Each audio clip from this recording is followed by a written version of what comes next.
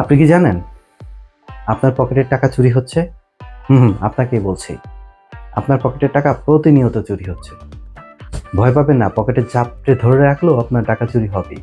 কি কারণে চুরি হয়, কোথায় থেকে চুরি হয়, কারা চুরি করে, সেই ব্যাপারে আজকের এই ভিডিওতে আলোচনা করব। তো না টেনে পুরো ভিডিওটি দেখবেন। ধরুন 2000 সালে আপনার কাছে 100 টাকা রয়েছে। আজকে 2024 সাল। 2000 সালে 100 টাকা খরচ না করে আজকে 2024 সাল আপনার পকেট থেকে সেই টাকাটাই বের করেছেন। কিন্তু আপনার এই টাকাটা প্রায় 5 গুণ, অর্থাৎ পুরো টাকাটার সামান্য 20 টাকা রয়েছে আর 80 টাকায় চুরি হয়ে গেছে। এই কথাটা কি বিশ্বাস করবেন?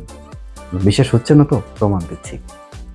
2000 সালে 1 কেজি চিনির দাম ধরুন ছিল 20 টাকা, আর 2024 সালে এসে সেই চিনির দাম ধরুন 100 টাকায়।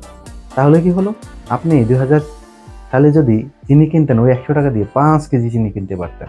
আর 2024 সালে এসে যদি ওই টাকায় চিনি কিনেন, মাত্র 1 কেজি চিনি কিনতে পেরেছেন। তাহলে আগে 1 কেজি চিনির দাম ছিল 20 টাকা, সেই চিনির দাম বর্তমানে 100 টাকা। তার মানে 80 টাকা কোথায় গেল? প্রশ্ন। এই 80 টাকায় বেশিরভাগ টাকাই আপনার চুরি হয়ে গেছে। ভাবছেন কিভাবে? হ্যাঁ, এটাই হচ্ছে প্রশ্ন। চুরি হয়েছে বাংলাদেশ থেকে যে প্রতি বছর অর্থ পাচার হয়, সেই অর্থ পাচারের মাধ্যমে আপনার এই 100 টাকার মূল্যটা চুরি করে নিয়ে গেছে। এটাই হচ্ছে বাস্তবতা। অবৈধ অর্থটা কি?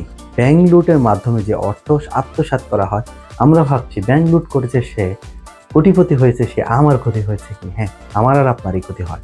আমার আপনার পকেট থেকে যে টাকাটি থাকে, আমার আপনার সঞ্চয়ে যে টাকাটি থাকে, এই সঞ্চয়ের টাকার যে মান থাকে, এই মানটা সে চুরি করে নিয়ে যায়।